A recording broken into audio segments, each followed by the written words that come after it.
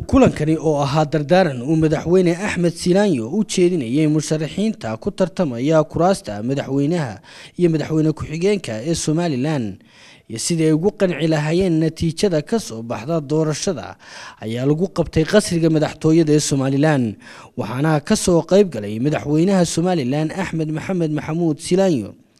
shirgudoonka golaha guurtida Somaliland gudoomiyaha maxkamadda sare komishanka doorashooyinka iyo musharaxiinta u tartamaya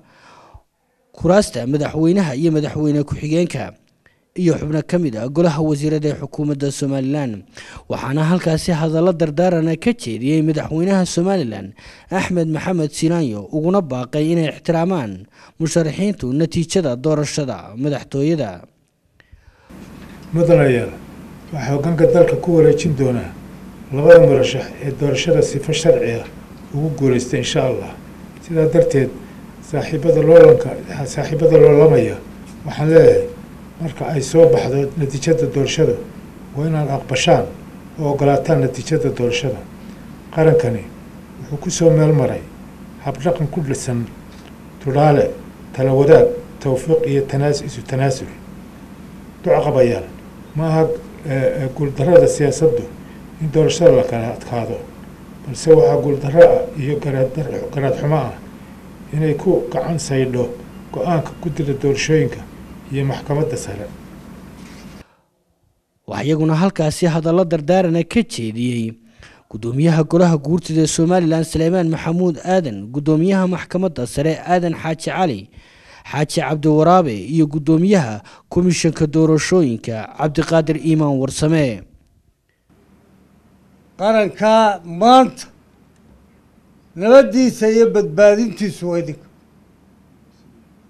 waa lixdiina nin iyo ciddii ay adeegsadaan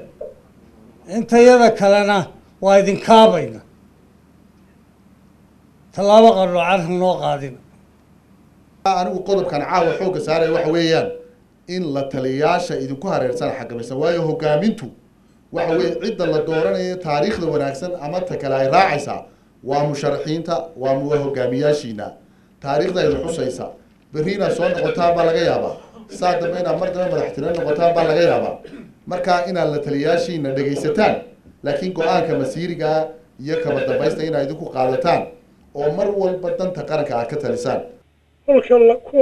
ninka hela maaha kuwa kalena si sharaf leh oo khaatimo leh ha u haneeyey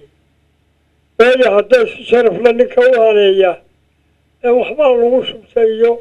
maxkamad iyo waxa aan odhan weligii waa madaxweyne xajinta ha la ilaaliyo qadafka ha la iska ilaaliyo kalgacal foodka ha lagu rido waxaa doorashada inaga xiga 26 maalmood oo kaliya ciidamada waxaa laga rabaa inay dhexdhexaadnimo muujiyaan inay feejignaan dheeraad ah muujiyaan inay amniga doorashada sugaan Faysal Cali Waraabe Muuse Bixi Cabdiraxmaan Maxamed Cabdilaahi Cirro oo ah musharaxiinta ku tartamaya kursiga madaxweyne ayaa iyaguna dhankooga waxay sheegeen inay aqbaleen dardaarankaasi ixtiraami doonaan natiijada soo baxda waanu barano kulli anigu anbaa boobeeyaan waan iska ogolaan doona hadii wax helaan insha Allah waanadiga dardaarankii adiga iyo odaybaaxda kale loo soo jeediseen ee dhaxalgalka ahayd ee ay ka tarinta qaranka ahayd xisbiga kulmiyaha haddii aanu nahay ama magacooda ku hadlaya taageerashada waa qaadana waanu fulina haddii aan la idhahdo ilahay nagu gargaaro waxay la tahay dardaaranka madaxweynaha iyo mas-uuliyiinta kaleba naloo soo jeediyey waa qaadanayna haddii ilaahay ka dhigo Mukhtar Ismaaciil Cali telefishinka Universal Hargeysa.